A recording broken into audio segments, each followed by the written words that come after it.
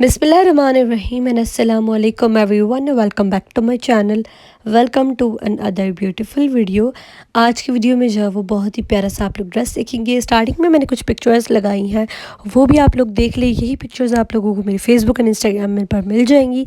अगर आप लोगों ने और भी पिक्चर्स देखनी है तो आप लोग मेरे फेसबुक एंड इंस्टा विज़िट करें। वहाँ पर आप लोगों को बहुत ही प्यारी प्यारी वीडियोज़ एंड पिक्चर्स मिलेंगी। सो इस ड्रेस की पिक्चर्स चाहिए तो आप लोग मुझे ज़रूर वहाँ मैसेज करें, और अगर इस ड्रेस आप लोगों को बनवाना है तो आप लोग मुझे मैसेज करके ये बहुत ही प्यारा सा ड्रेस, बहुत ही प्यारा सा आर्टिकल बनवा सकते हैं। माय फेसबुक और इंस्टाग्राम पेजेस आर सिलाई कढ़ाई एक फ़न। वहाँ पर मैसेज करके अपने इस क्यूट से ड्रेसेस की ऑर्डर्स कंफर्म कर सकते हैं। ईद के लिए बुकिंग्स हमारी जो है वो ओपन है। So visit my Facebook Instagram pages for all the details. So ये बहुत ही प्यारा सा, अब इसकी जो कमेंट्स आएंगी वो यही होंगे हमें ये ड्रेस बनवाना सिखा दें।